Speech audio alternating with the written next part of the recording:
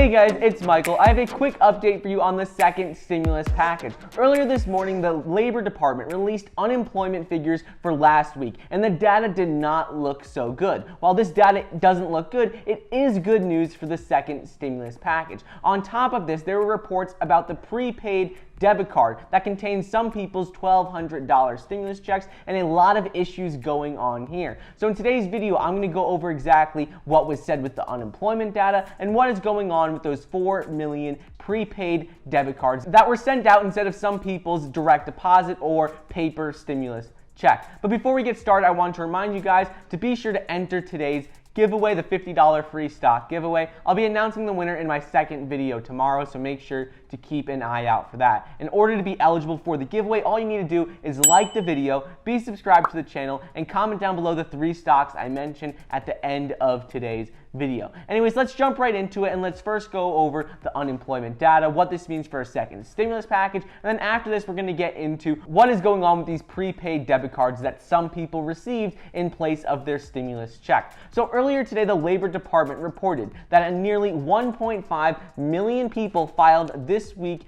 for unemployment this past week. And this is not good news at all. This is the 14th straight week where we have had over 1 million people file for unemployment. Businesses have started to reopen and states have started to reopen, yet we're still seeing over 1 million people file for unemployment every single week. So this points to the fact what the Federal Reserve has said, what the CBO office has said, and that is that the recovery is going to take a lot longer than people were expecting. I went over this more in a video earlier today as well. The total number of people collecting unemployment benefits right now at the end of the week of June 13th, it was 19.5 million people. And this doesn't even include anyone on pandemic unemployment assistance, the PUA program. So those are people who normally wouldn't qualify for unemployment benefits, but under the CARES Act, they now do. So that's people like independent contractors, self-employed, gig economy workers, so anyone who doesn't have a typical job who wouldn't normally be eligible for unemployment. And that figure for those people is an additional 11 million individuals. That means there's 19.5 million people on the standard unemployment benefits and then another 11 million people who are on pandemic unemployment assistance. So that means right now there's about 30 million people who are currently receiving some sort of unemployment benefits from state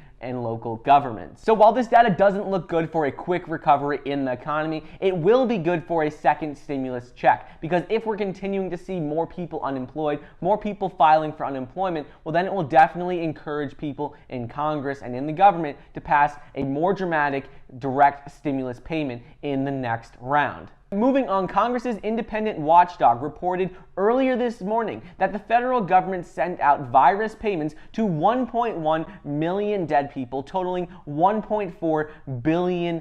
The Washington Post had previously spoken about how the IRS was sending out payments to dead people, but we didn't know exactly how much money was sent out, how many dead people got these stimulus checks. And now, according to this report, they spent $1.4 billion on sending stimulus checks to people who are no longer alive. And this is very concerning because there are still millions of people who are alive who have not yet received their stimulus checks. So for them to send out 1.1 million checks to people who are no longer alive, that seems like they should have a better system in place. Next up is with the 4 million people who received their stimulus checks on a prepaid debit card. A group of Senate Democrats on Wednesday raised concerns about the virus relief payments sent to people on their prepaid debit cards. Senators wrote to Stephen Mnuchin saying that we are concerned that this decision has imposed unnecessary burdens, including fees, on individuals who would have preferred to have just received a check in the mail or a direct deposit. They're saying that people didn't ask for these prepaid debit cards, and by getting their stimulus check on these prepaid debit cards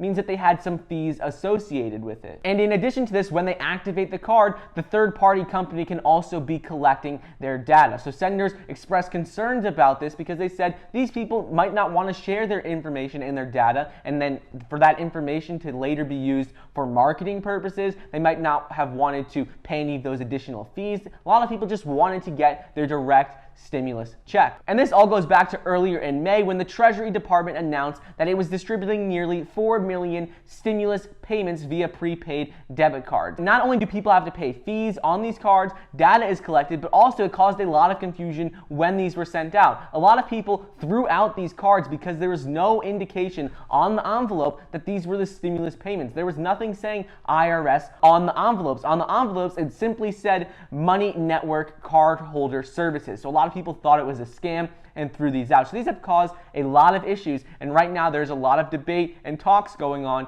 in the Senate from the Democrats about these prepaid debit cards. So I'll keep you guys updated on what comes about from this letter to Steven Mnuchin if they do anything about these prepaid debit cards. Hopefully they won't use them in the second stimulus round, but I'll keep you updated on any new information that comes out here. Anyways, that's just a quick update on what is going on with the unemployment data, the prepaid debit cards, and the new announcement and new data on stimulus checks that were sent to people who are no longer alive. Anyways, I hope you guys enjoyed today's video, and now let's get into the 3 stocks you need to mention to be eligible for today's giveaway. The 3 stocks for today's video is stock number 1 is Peloton, and the stock ticker symbol is PTON. The second stock is Lowe's, and the stock ticker symbol is LOW. And the third stock for today's video is Alibaba, and the stock ticker symbol is BABA. Anyways, don't forget to get your 2 free stocks valued up to $1,400 when you download the Webull Investing app. Join our Power of Finance Investors group if you're interested in the stock market, investing, and making money in general. Thank you so much for watching. Please be sure to like the video down below, leave a comment, and subscribe, and I'll see you guys next time.